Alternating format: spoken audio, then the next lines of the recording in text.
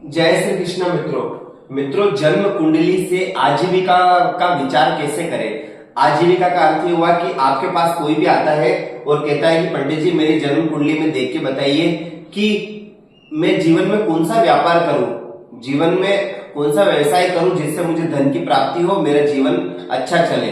तो आपके सामने जब भी कोई जन्म कुंडली खुल करके आती है तो आप सबसे पहले ये देखिए कि उसकी जन्म, वैसे तो देखो अगर देखा जाए तो देखने में तो ये है कि उसकी जन्म कुंडली में मुख्य ग्रह कौन सा है, उसके जो कारक ग्रह है लग्न, पंचम और नवम, उसके स्वामी कैसे है, उनका अर्थ क्या है और उनका अर्थ से अर्थात वो कारक कितने अंश पर बैठे हैं, मृत तो नहीं है, किस प्रकार से उनकी स्थिति है, ये हमको देखना है। लेकिन जो आज मैं आपको दूसरा सूत्र बताने जा रहा हूं, मुख्य सूत्र वो ये है कि आप जन्म कुंडली में लग्न अर्थात लग्न, ये जो लग्न बना हुआ है ये देखिए इसका अंश बल कितना है, कितने डिग्री पर लग्न है।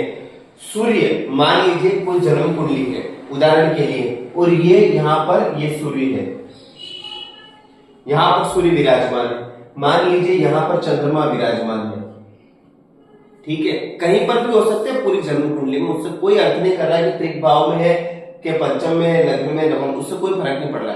तो आप देखिए लग्न का अंश बल कितना है, सूर्य का अंश बल कितना है और चंद्रमा का अंश बल कितना है। तीनों में से जिसका अंश बल सबसे ज्यादा हो, यानी बली अवस्था में हो, ज्यादा से अर्थ बली अवस्था में हो, उससे 10 घर आगे गिनने पर आप ये देखिए मान लीजिए उदाहरण के लिए, मान लीजिए लग्न का अंश है 20 डिग्री, 20 पॉइंट कुछ भी हो सकता है 5, सूर्य का मान लीजिए 6 डिग्री, चंद्रमा का मान लीजिए 9 डिग्री।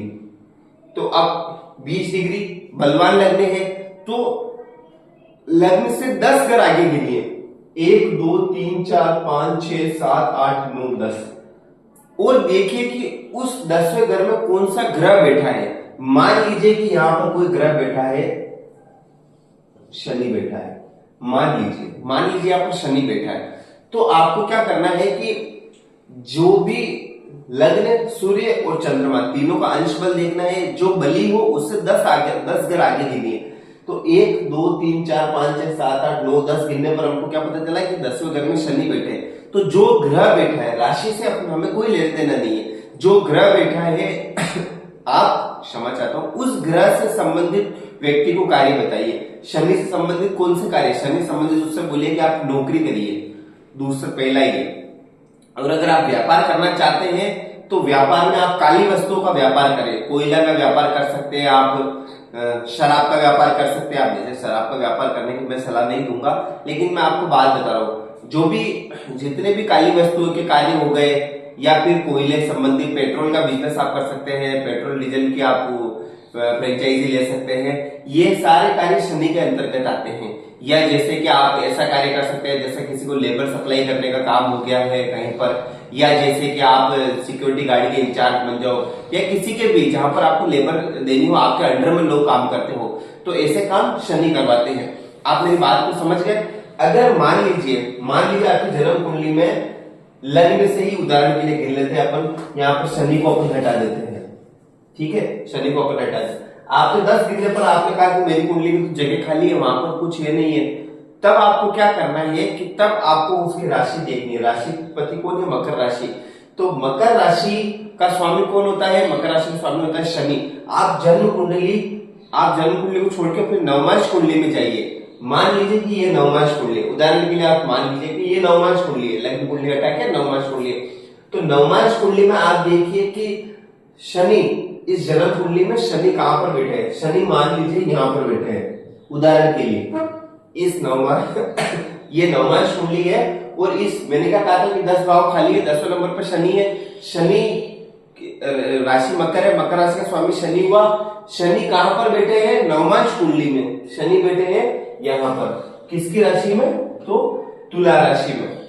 यहां पर आपको राशि देखनी है, तो तुला राशि से संबंधित उस व्यक्ति को कार्य बताइए। तुला राशि से संबंधित कार्य कौन से हो गए, तुला राशि से संबंधित कार्य हो गए, तुला राशि यानी शुक्र ग्रह संबंधित, तो शुक्र ग्रह, ऐसे व्यक्ति को बोलिए आप सफेद वस्तु का कार्य करिए, ऐसे व्यक्ति को बोलिए आप कपड़ों का बिजनेस करिए, ऐसे व्यक्ति को बोलिए आप luxury item, luxury imitation jewellery का काम करिए, लग्जरी जो ब्रांडेड, जो बड़ी बड़ी ब्रांडेड कंपनी होती है, ब्रांडेड जूते हो गए, ब्रांडेड पर्स हो गए ब्रांडेड, आप कपड़े हो गए ब्रांडेड, चप्पलें हो गई, जूते हो गई, जो चीज भी लग्जरी में आती, ब्रांडेड परफ्यूम हो गए, उन सब का कार्य करिए।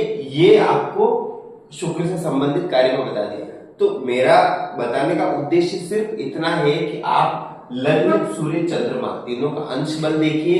तीनों के अंश बल में जिसका अंश बल बली हो उससे 10 घर आगे बढ़िए। 10 घर आगे बढ़ने पर जो ग्रह आपको विराजमान दिखे, अब मान लीजिए उदाहरण के लिए कि आपका लग्न नए बली होकर के और यहाँ पर सूर्य बली होता, मान लीजिए सूर्य का अंश बल होता मान लीजिए 18 डिग्री, ठीक है, और लग्न का होता 60 डिग्री और इसका 9 डिग्री रहने देते, तो फिर सूर्य से आपको 10 घर आगे गिनते, तो सूर्य से 1 2 3 4 5 6 7 8 9 10, यानी लग्न में जो ग्रह बैठा हुआ है, आप देखिए लग्न में जो ग्रह बैठा हुआ है उससे संबंधित कार्य करना है।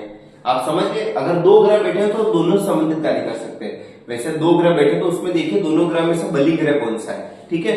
और अगर लग्न में कोई ग्रह नहीं मिला उस अवस्था में, तो फिर आप एक कार्य करिए कि लग्न में राशि कौन सी है, तुला, नवमांश कुंडली में देखिए कि तुला राशि में कौन सा ग्रह बैठा है। तुला राशि में शनि का ग्रह बैठा है, ये नवमांश कुंडली उदाहरण के लिए मान लें, तो आपको शनि से संबंधित कार्य करने हैं।